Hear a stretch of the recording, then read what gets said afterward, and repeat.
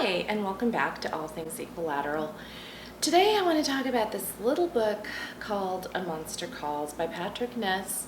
You have probably seen it like I have, pretty much on every bookshelf, in every store, everywhere. The movie is going to come out soon, I guess, and I have to say that I was really reluctant about picking it up originally.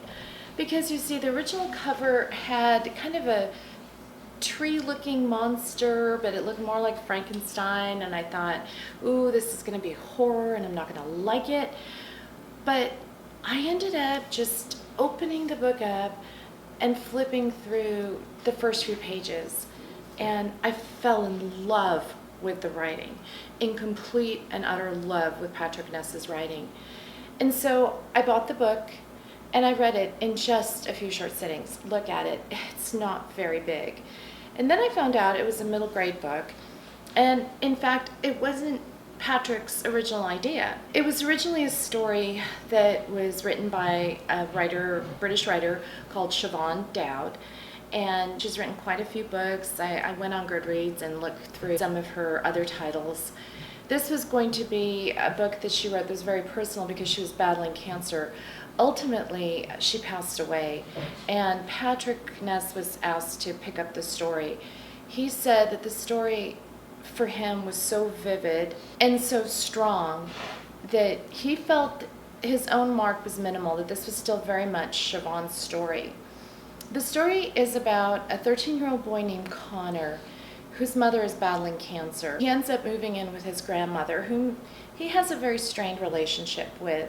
Also present is his father, who has left for America and has started another family. In Connor's life, there are many strained relationships. There's a strained relationship with his good friend at school, who protects him from these bullies. And let me just pause a moment and say, the bullying scenes are so raw that my mama heart just hurt, and I wanted to go out there and lecture those boys and separate them and stop them from doing horrible things to Connor. Patrick's story is layered and lovely. Connor is visited at 12:07 a.m. by the tree monster, the monster on the cover up here. The tree monster is based on the yew tree. Some of you may know that from researching medicinal properties of herbs and trees. I really knew very little about it, but I did know that yew trees have some healing properties. That comes into play in this book.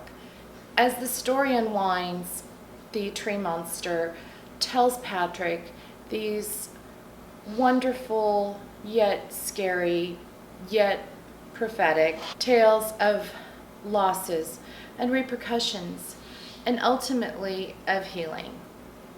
The stories are not very didactic. They're very easy to digest and sometimes even fantastical, but as a reader, we know what's coming. And I'm going to keep this spoiler free, but the unfolding of what happens is something that you feel all along, and yet when it happens, you just get it. You get it. Huge props to Patrick Ness for writing a story that is 5 stars for me on Goodreads. That is a story that I want to keep on the shelf and share with my children. Sometimes in life,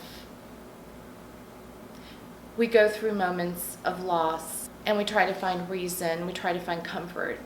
And ultimately, the comfort we find is within ourselves as we go through this new phase of living with a loved one with an illness. As a mama, this book was one of those books that I normally try to avoid. Let's just face it, I'm that person. I don't want my heart broken. But Patrick, he breaks it in such a lovely way. It's so good that I didn't film this when I finished the book originally, because I may have been a little weepy, and I still am when I think about it. So, okay, will you pick it up? What do you think? Are you gonna go see the movie? Tell me about it down below.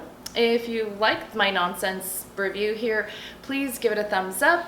Don't forget to subscribe, and I'll see you all next time.